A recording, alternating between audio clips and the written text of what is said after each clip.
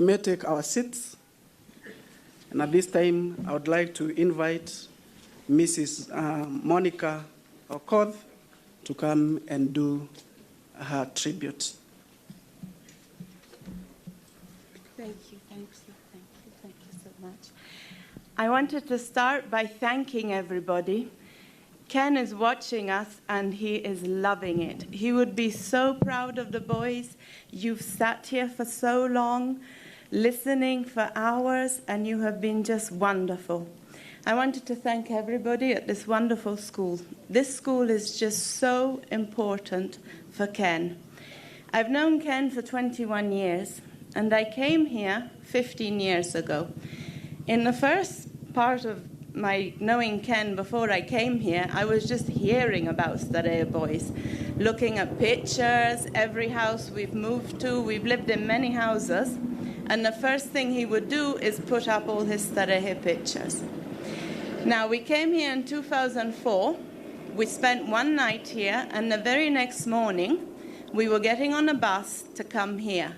This was my second day in Kenya. I had never been to Kenya before.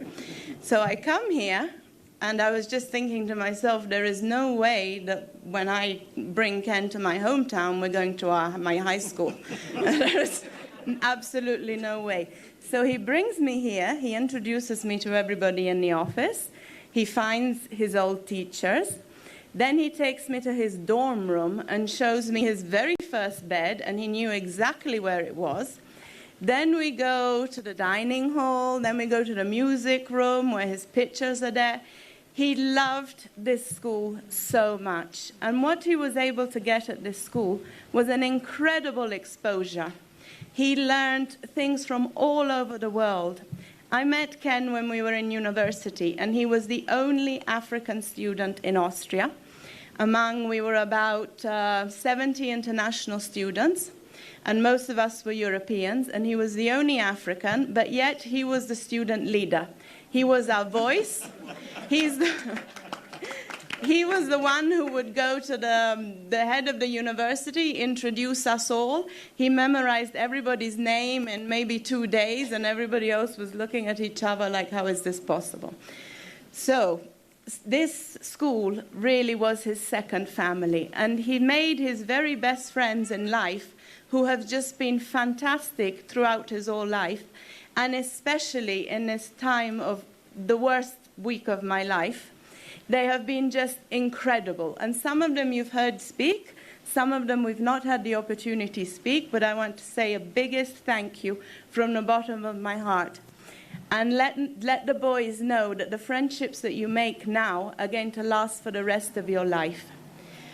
I have led an incredible life with Ken. We have lived all over the world. We have had all sorts of different jobs. We have had 12 different houses together. We have been truly privileged. And even though he was only with us for 41 years, there were 41 years that were so intense, including all sorts of different jobs.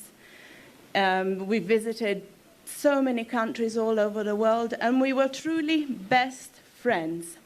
There is nothing that we didn't know about each other. There is nothing that we had not forgiven each other. Unfortunately, Ken was ill for the last 2 years, and it was just so sad to watch him suffer. But his spirit and his determination, he would go to every doctor's appointment, and he would knew what the doctor was going to say, because he had already done his homework and he knew all the latest treatment. And the doctors were just amazed. He just never, ever gave up. And nothing was impossible for Ken. When people would say, oh, don't even try politics, it's a waste of time, he would say, why? Why somebody else and not me? And that was the same answer that he gave when people would say, but why you? Why did you get sick? Why did you get cancer? How unfair is it? Such a promising career, such a wonderful person. And he would say, why not me? So I don't know what to tell you except thank you. And this has been just a wonderful tribute. I want to thank his colleagues. I want to thank all his friends. I want to thank this school. This school, with his 2 universities that he attended, was everything to Ken. It's just education for him was the most important thing. That's why the whole of his career, whether he was teaching or whether he was in politics or whether he was doing some other jobs that he did in between, education was the first thing for Ken. Then, of course, he expanded to human rights, now medical care and different things, but education was his number one. So I wanted to thank everybody once again. Thank you for your time. Thank you for all your wonderful prayers and messages. And thank you so much.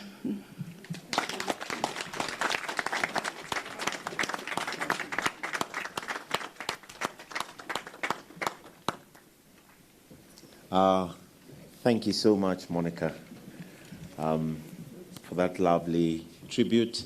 And thank you for taking care of our brother for all those many, many years. You spent more years with him than most of us.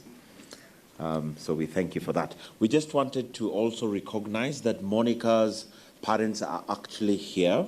So I just want to ask Mom and Dad to just stand up so that we can see them. Thank you so much for being with us. Asante sana. You may have your seat.